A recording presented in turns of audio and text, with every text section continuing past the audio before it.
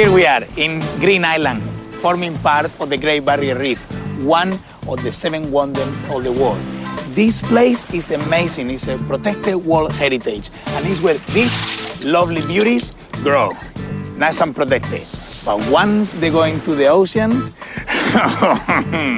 just like me, they love so much this crayfish with crayfish t-shirts, crayfish pants, crayfish, had the chance to cook amazing recipes like the risotto I'm gonna cook today for you.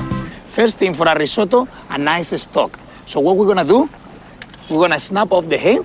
This is nice and strong because it's really fresh. We're gonna snap it off, like turning it. There we are. And we're gonna put it back on ice. The legs are really good as well, so we're gonna snap them off as well. Twist them and be very careful because they got spiky little blades that they will cut you very easily. Make sure you get the chunky legs off. They got lots of meat inside. Opa. In Australia, we call them crayfish. But back in Europe, crayfish is actually a freshwater lobster. Now, with the help of a very, very sharp serrated knife, we're gonna try to cut this beauty and start our stock. Opa. It's got beautiful colors. It looks exactly the same than the coral. Beautiful. So first thing, a tiny little bit of olive oil in the pot. That is already very nice and hot. This is gonna help to caramelize beautifully all the flavor of the lobster. So, as you can see, it's because the pot is really hot. It feels fantastic. Get the whole head in the pot and just leave it to get that orangey color that the prawns get when we cook them. And it's gonna start to caramelize beautifully. Look at this amazing sunset. This is Green Island, a very exclusive resort. And it's plenty of guests around the area. They just don't know what an amazing dinner I'm cooking. Wait and see. Now, for the stock, half a garlic head. Opa, there you are. Smash it with the skin and in the pot. Garlic is gonna give that amazing punch. We're gonna get into the pot a lot of acid, so we're gonna use pink shallots. Without peeling on anything, because it's just in stock, we whack them in. Now, we're gonna make sure that the whole juices inside of the heads of the lobster, we're gonna caramelize beautifully. So we're gonna help with a nice spoon, making sure we crack all the shell. This is one of my favorite parts. Get nice and messy. And after, when we put the fish stock and the white wine, it will deglaze beautifully. So we make sure they don't cook the stock for more than 30 minutes. When we do crabs or lobsters, no more than 30 minutes, because after 30 minutes, they get really bitter and they're not nice. Now, the time of the deglazing.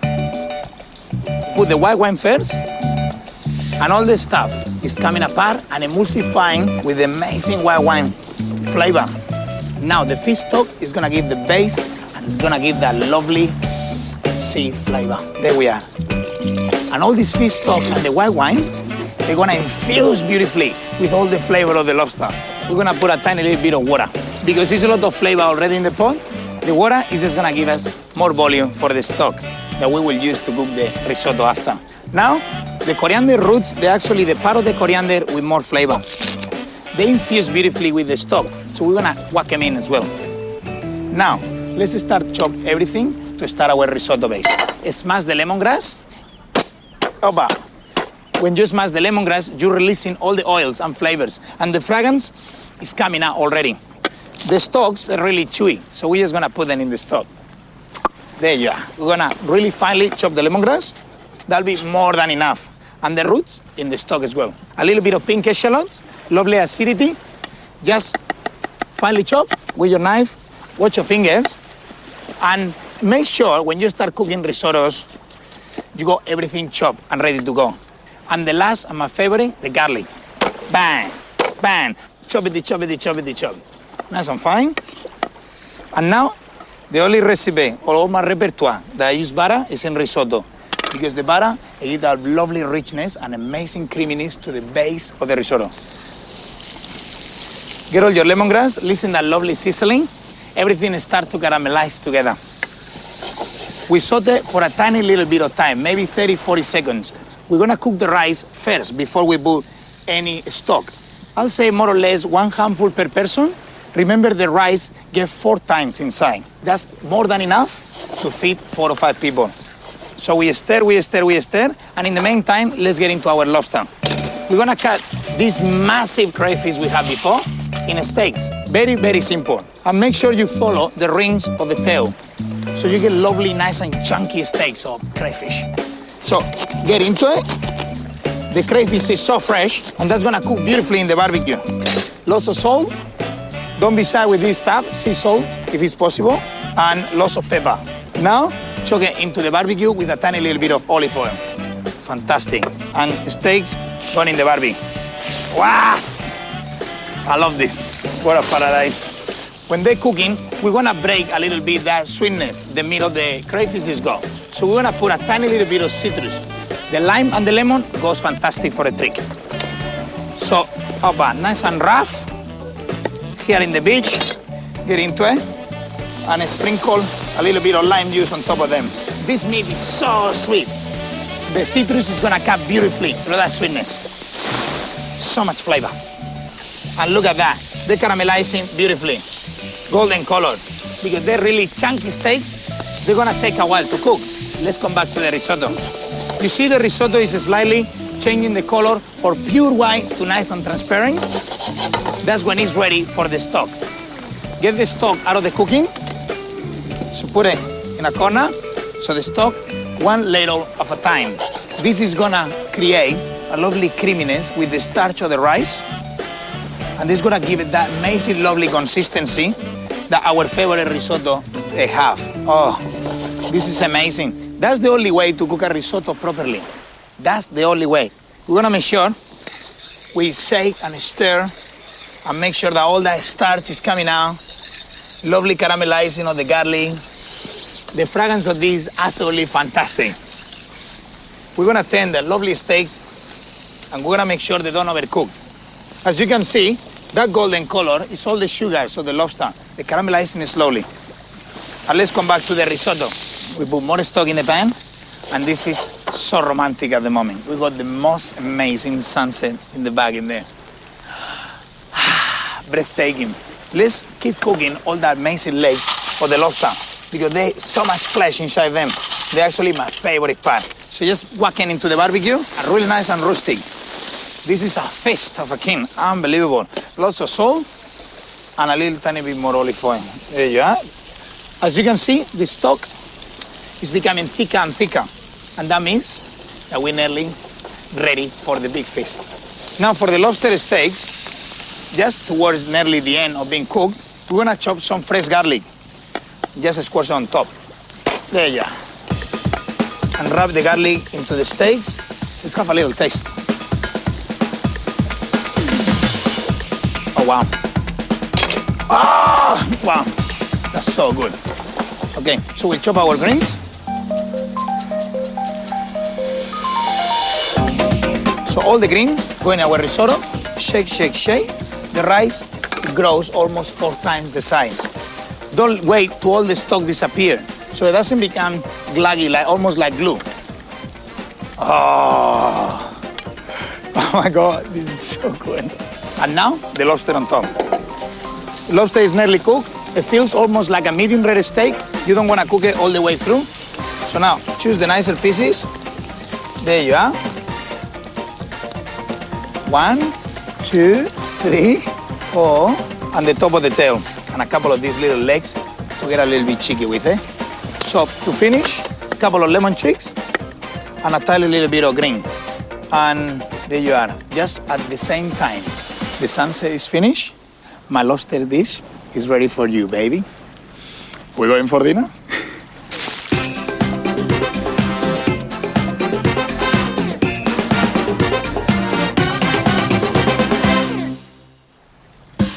Follow me, let's go these people in this amazing sunset and see what people actually think about the cooking. Here we are. So it wasn't just all talk, baby. Have a taste, don't be shy. Anybody else would like to taste it? Get into the risotto, come on, don't be shy, get into the risotto. Italiano? Tutto italiano, lei, io spagnolo. So we need a professional Italian opinion here. All this full of Italians. All the pressure, attention.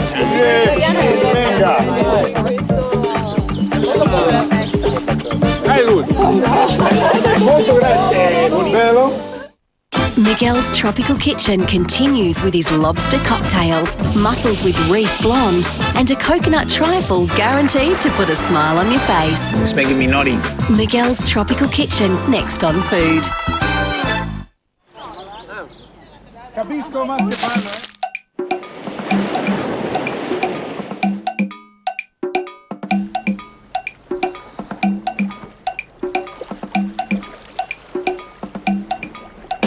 So here we are, Paradise, Elandra. What an amazing place. Have a look at this. Paradise. So here I am. I want you to surprise me. Yes, we've got some lemon juice. Lemon juice. Really, really simple. In here, I've got some ginger liqueur. If you just get a basic liqueur, you can put some ginger in it. The ginger will give it a really good kick. I'm going to grab some of these Boston glasses. Boston glasses. All the way from Boston. And I'm going to chuck some fresh berries in the bottom of it. In here, we've just got some blueberries, some boysenberries, some raspberries, some red currants. So now you get the stick. Just a bit of a muddle. I'm trying to get a little bit of this juice on the muddling stick so that when we muddle that ice up, the ice is going to have that colour through it. Fantastic. Yeah. Here we are. Yes. And crush away. Make sure you put your hand over the top so that the ice doesn't come flying out everywhere. You're supposed to enjoy doing it. And while he's doing that, I'm going to chop up a lemon. If you put it on the table, it might work a little bit. I'm loving it. I'm just going to squeeze some lemon juice. And now we're going to add ginger liqueur. Make sure you don't get the ginger wedges in there. And that's just 15 mil. Fantastic. So we've got lots of flavors at the moment. We've got citrus, we've got berries, we've got ginger. Ginger. Interesting. Now, our favorite flavor. This is Blanco tequila. Put 45 mils in, so one shot, that's 30. And 15. And 30. There you are. And another 15. Yeah, okay. This one's for you. Get rid of any excess water. Just shake it. That'll do it. I think mine is ready. Now we just strain this over that. There's two things we have to do now. We have to check a little bit of this Chambord. Chambord is a French berry liqueur. Nice. I use it for chocolate cakes. Very sweet. Oh, that'd be nice. Just to add a bit of sweetness. That just goes over the top. And then some berries. There you are. Beautiful. Yeah, just. It looks so beautiful. This is Amy's Mr. Diablo. Does it look good, Miguel? Fantastic. And tropical. Matching this amazing location. Cheers. Salud. What a place. Salud. Salute.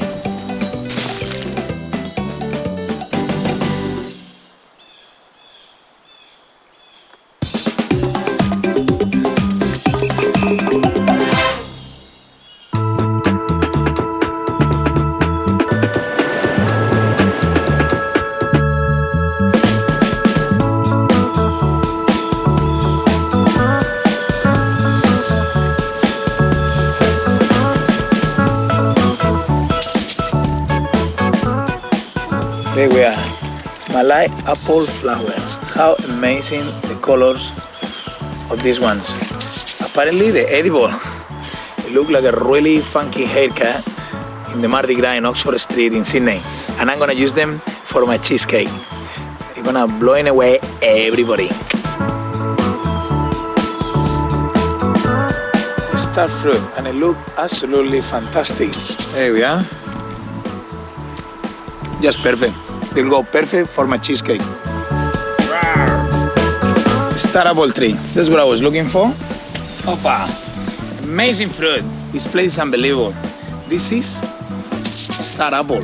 If you cut it very carefully towards the core, you can still have the lovely, amazing, beautiful star shape. You can see all the pipes. They're really, really nice. They got lots of flesh around there. You can suck onto them. They got lots of flavor. Wow. Very close to the skin. It's a lot of latex. That's why I stopped. So if you bite the fruit like that, you will get your lips stuck like that. So don't do it that way. Just press your fruit slowly so you get all the flesh coming out.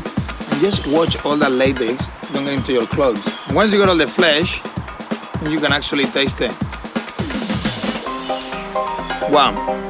This is absolutely delicious. Wow. Come on, follow me. Look at this beauty. There you are. Black samote. I think this beauty will be perfect for my cheesecake. Wow, look at this big fella, Mr. Pomelo.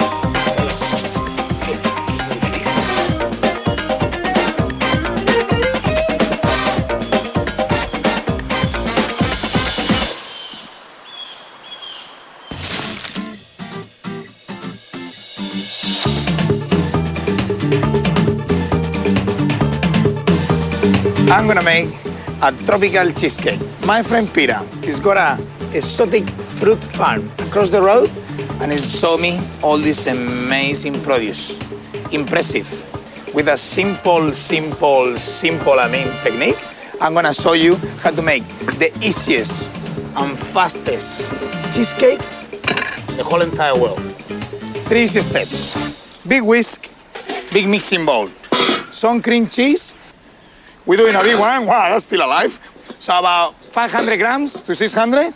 To sweeten it up, we're gonna use icing sugar, about a couple of tablespoons, and a tiny little bit of honey. And we're gonna work it with the whisk until it gets nice and smooth. So now get into it and slowly whisk it in the honey and all the sugar. And as you can see, the cheesecake will be nice and healthy and very creamy. Opa. You can help this with a tiny little splash of my old fella rum. Just tiny little bit. The rum is gonna help to thin it up the mix, make it slightly more creamy and much easier to pour into the tin. Now, let's make a base. Really, really simple. A few cookies, can be chocolate cookies, random cookies, honey cookies, ginger cookies, anything you want. You just need a food processor, all the cookies going in there, a little bit of liqueur, any liqueur is good, little splash, so the cookies get nice and soggy and it helps to hold together, and a tiny little bit of butter just to compact the mix. And start working. There you are. The biscuits, breaking down slowly.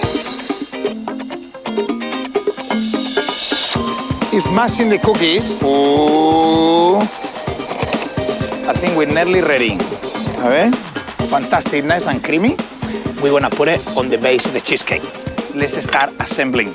We just need cake tin, little bit of butter. Make sure you grease the sides of the tin, so after it'll be easy to set. And just get your cookie mix. This is so good. Now it's very, very creamy. But when you put it back into the fridge, it's gonna set nice and hard because the butter is gonna solidify again. So a nice drop into the plate, and again.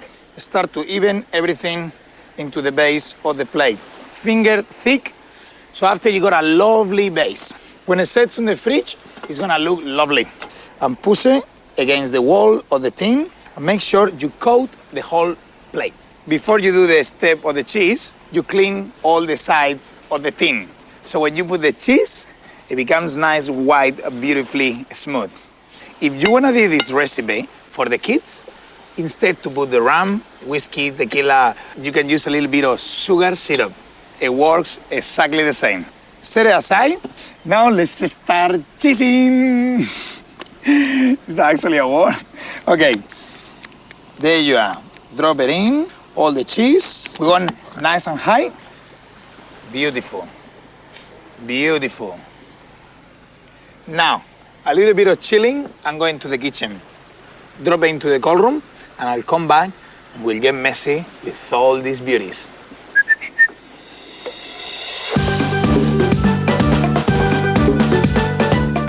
Five minutes in the fridge, and now it's tropical time.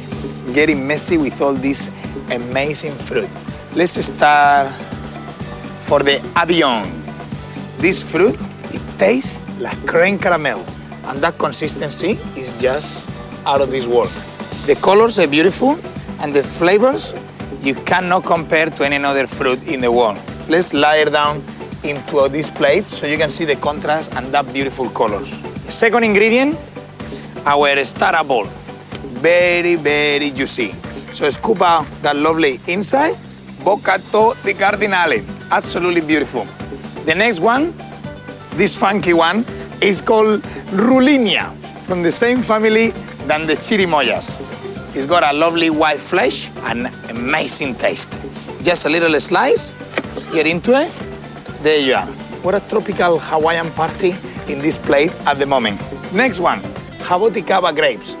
These ones, they're the same family than the lychees, so a few of them, it'll be fantastic. Next one, our old fella, Mr. Chocolate Cake in a Fruit.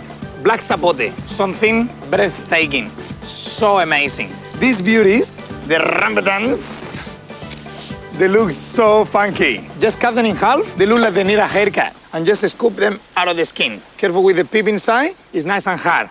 What amazing fruit in this part of Australia. Tropical North Queensland is got unique fruits. The next one, a small baby pomelo. Look at the color of that. Absolutely fantastic. A couple of segments, they'll go beautiful. Opa, get rid of the pips and cut it off the skin. And now we come in to the carambola. This is really easy to find all around Australia. Nice, like a spicy pear. And look at the shape. So funky. And now, and as best come last, the jackass fruit. The jackfruit. Opa.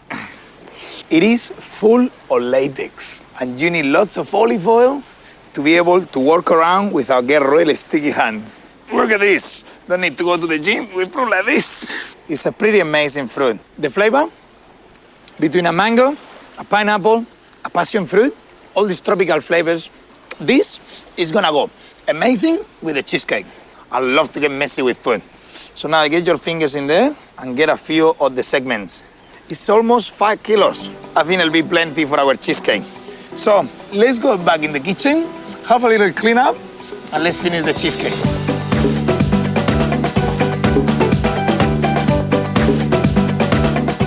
There you are, nice and chill. Let's put all these amazing fruits on top of the cheesecake.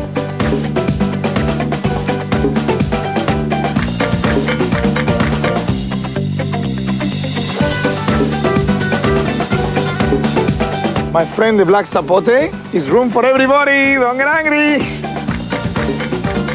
And look at these beauties. They're edible and they have a little acidity. So we're just gonna sprinkle them on top, a little bit of the flame to help to melt the butter that we coat the thing with, and the cheesecake will be nice and smooth coming out of the thing. There you are. Let's go. Now, this thing, wow. Le voila. The most tropical cheesecake, unbelievable. Salud, I'm just gonna go and finish it all.